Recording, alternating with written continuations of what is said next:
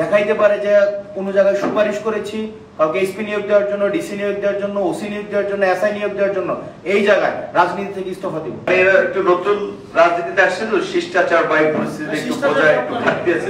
যাই হোক, বিশেষ করে ধরে এই আন্দোলনের নেতৃত্ব আমাদের তরুণরা কেন তাদের একটা পার্টির সিম্বল শাপলা, সেটা দিতে হবে। শাপলা মান্না ভাই তার আগে নিবন্ধনে চেয়েছিলেন, মান্না ভাইকে দেয়নি, বিকজ গেজেটে নাই। তাহলে আমরা শিক্ষিত মানুষের যদি আমরা উল্টোই ঠেলতে থাকি যে আমার পক্ষে না গেলে, আমার পজিশন না থাকলে এটা সঠিক নেই।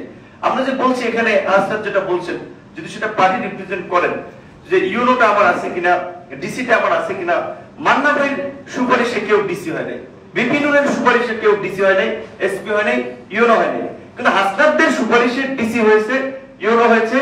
তুমি একটু পরে বলো, পরে বলো। না না, এখানে পরে বলো, তুমি বলো, পরে বলো না, তুমি পরে বলো না। আপনি এখানে আমাদের সুপারিশে একটা, আমি এখানে মিডিয়ার সামনে একটা পত্রিকা অফিসে বলছি, একজন কোন জায়গায় যদি দেখাইতে পারে যে কোন জায়গায় সুপারিশ করেছি, কাউকে এসপি নিয়োগ দেওয়ার জন্য, ডিসি নিয়োগ দেওয়ার জন্য, ওসি নিয়োগ দেওয়ার জন্য, এসআই নিয়োগ দেওয়ার জন্য, এই জায়গায় রাজনীতি থেকে ইস্তফা দিব।